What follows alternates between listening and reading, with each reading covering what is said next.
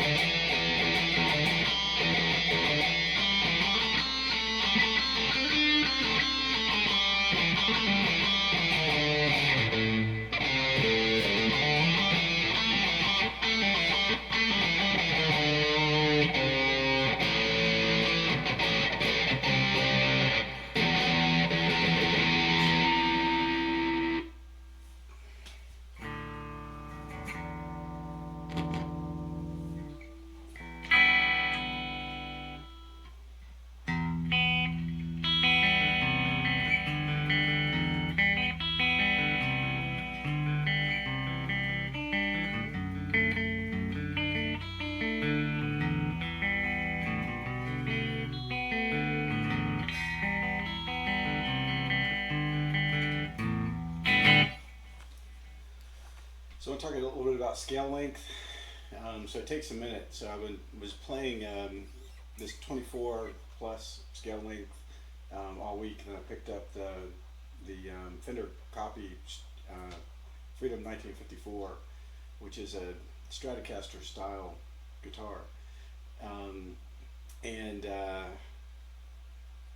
that's got a 25 plus inch scale length.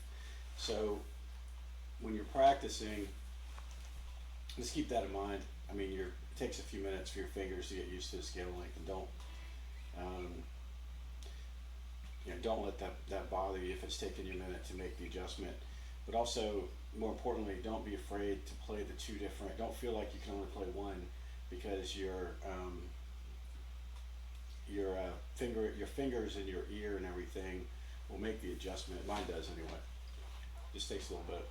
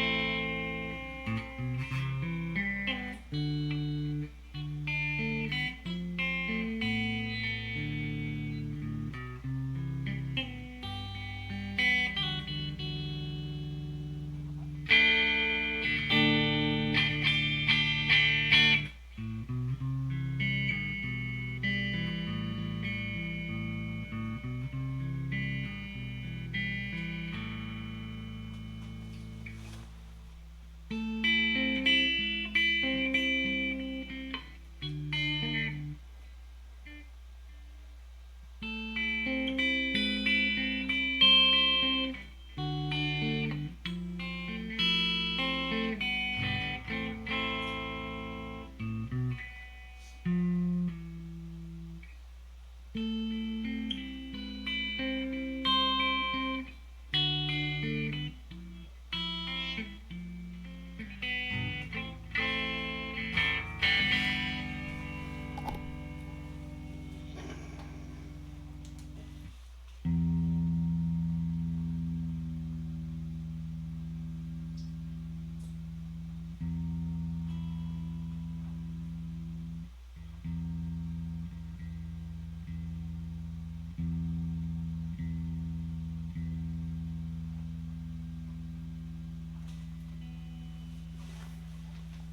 want to plug this Shark um,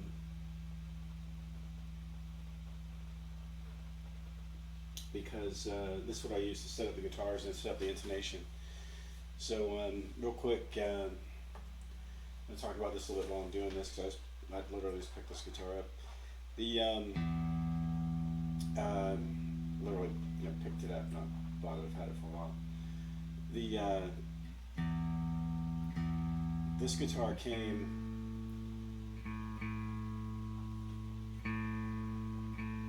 pretty much like you see it.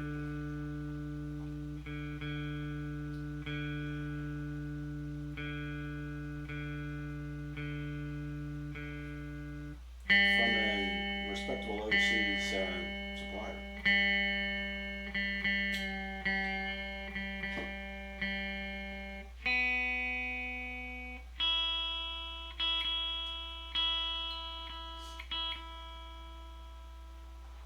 So that's all the strings. Then the intonation.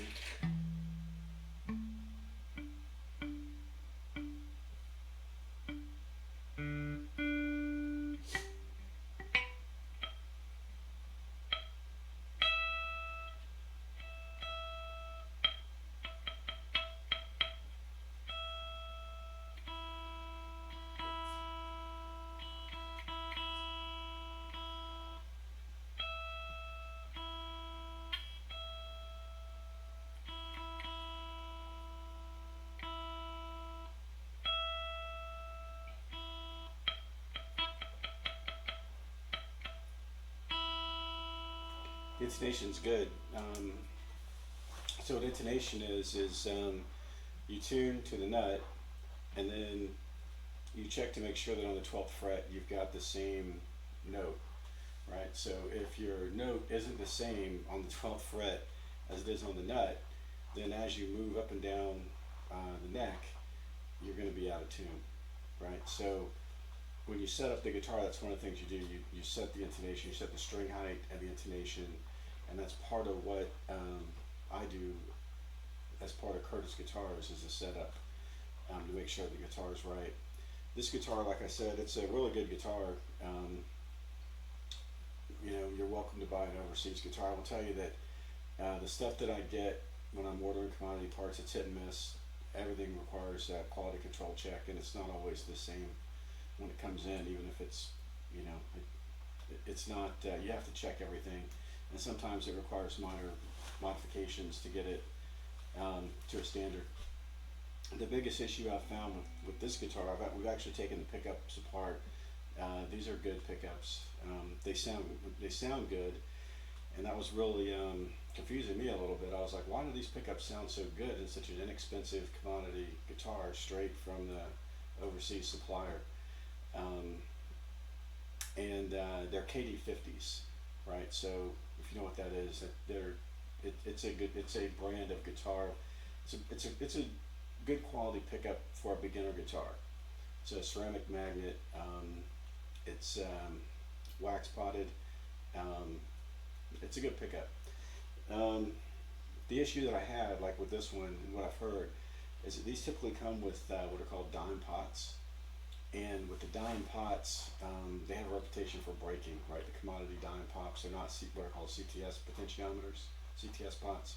So that's the problem I had with this one, was that the this volume right here, it just keeps on, it doesn't work like the others, right? It just kind of doesn't work like the others. There's a problem with it. Now I might be able to tighten it up, I don't know. But what I decided to do was go with CTS brass stem pots and vintage wiring and rewire all the inside of these guitars, and then put the electromagnetic shielding in, and then install a bone nut. So that and the setup is the difference, and the hard case is the difference in the price for whatever I'm getting the guitar or the parts for wholesale from a wholesaler, and then retailing the guitar with my brand on it. And that's kind of the nuts and bolts of where I'm at with Curtis Guitars, which is why I don't currently have anything available. I do have the guitar builder is working to put some 5708 pickups in one of these guitars.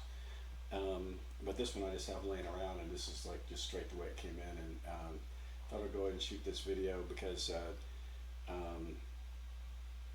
I can definitely, I could probably, I'm hesitant to say like $4.99, right? But definitely just with rewiring it, putting in the pots and the bone net and the setup and everything with the hard case, I could definitely do this guitar for $5.99 with my brand on it, my name on it, and my, with my name on it, meaning that it's a good guitar. So I'm gonna keep warming up so I get used to this a little bit, and maybe get a few riffs down, and maybe not, but I'm gonna play a little while.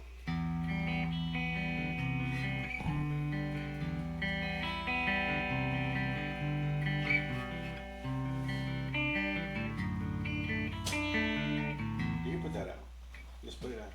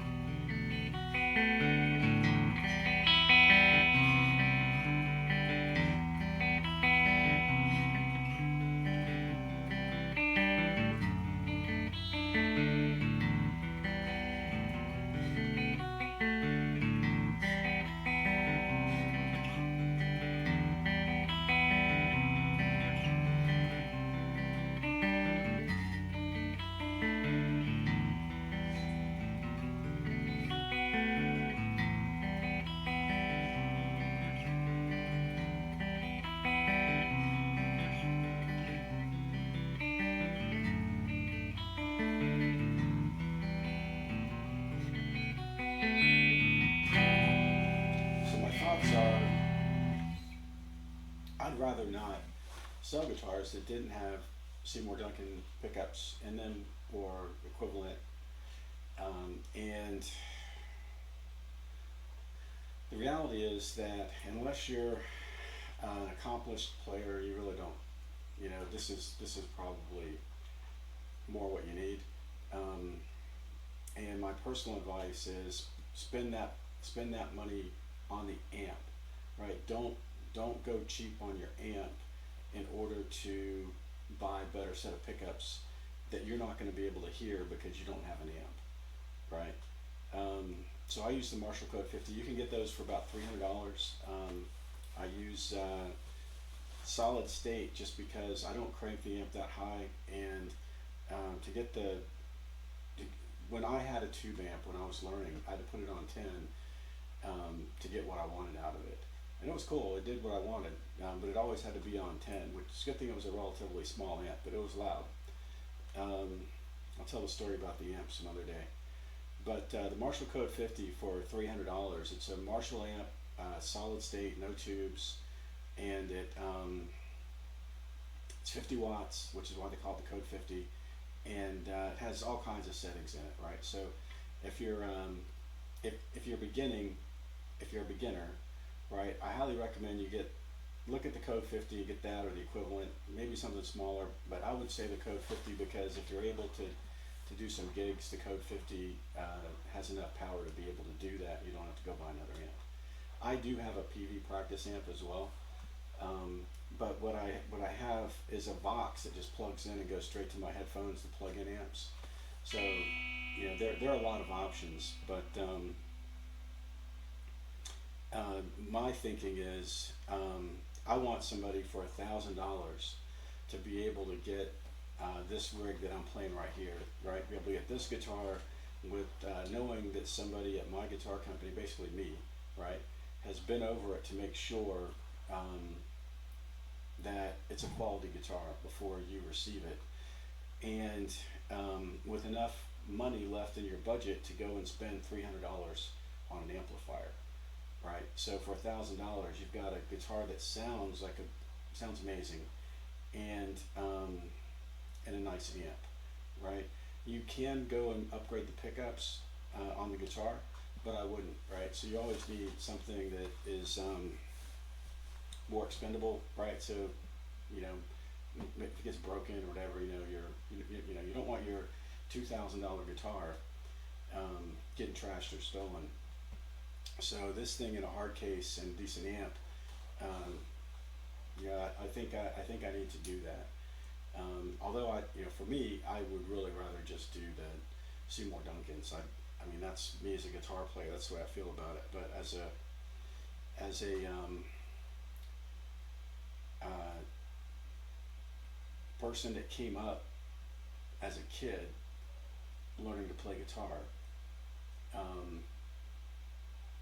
the smart move is $1,000 for the amp and the guitar, and forego the high-end pickups. These pickups are good enough, right? Um, and then the next step would be a second guitar, and that's kind of what I'm doing here too. Right? So for one of my mistakes, a long time I wanted a guitar that would do everything, right? Like my Fender Lead 3 and coil splitting, and that worked for me, but I didn't want two guitars. And one of the points of what I'm doing here is to demonstrate that, well, let me back up. My goal is for somebody to be able to go to Curtis Guitars and basically get two guitars instead of one, right? So instead of having to pick between a Telecaster or Les Paul, well, I say Telecaster. We're not getting the string through body. We're not drilling the bodies to get the strings through the bodies for the Telecasters, which is why they're on hold. So right now I'm only doing the Strat style guitars and Les Paul style guitars. So I'm sure there are some issues with using those guitar names because those are specific brands from a legal standpoint while we're talking about Curtis Guitars. But I want to be clear that I'm talking about Gibson Les Pauls, and I'm talking about Fender Stratocasters, and I'm endorsing those as the guitars that you should be looking to buy. Right? They're great guitars. Your goal, that should be your end goal, right? I'm not trying to replace your Gibson or replace your Strat or your PRS. What I'm trying to do is give you an option for what you're going to buy at your entry level, the same way they're trying to give you options, right? So my cheap options compared to their cheap options, we're all just trying to make music, right? Enough talking on this video. I've already been talking too much.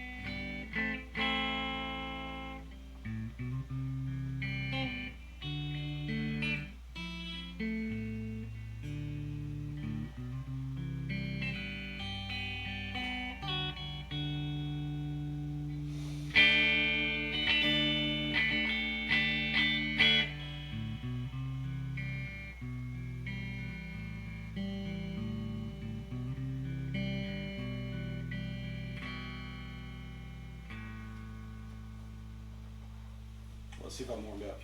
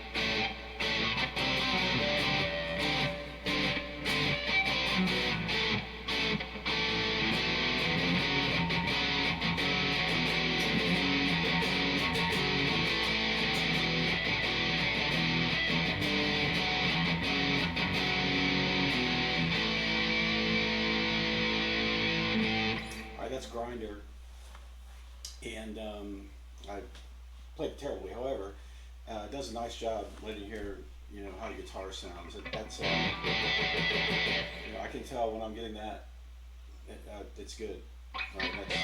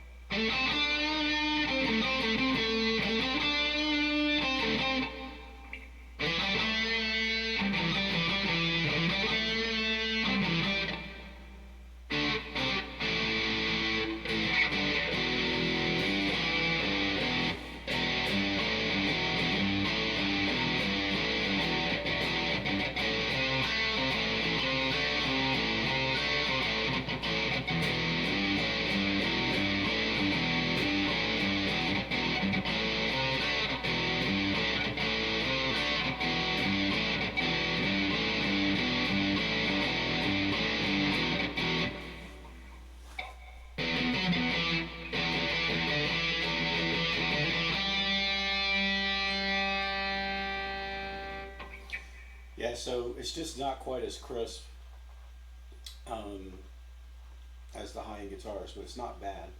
Um, so anyway, I think I'll wrap it here. Thanks for your time. Have a great weekend.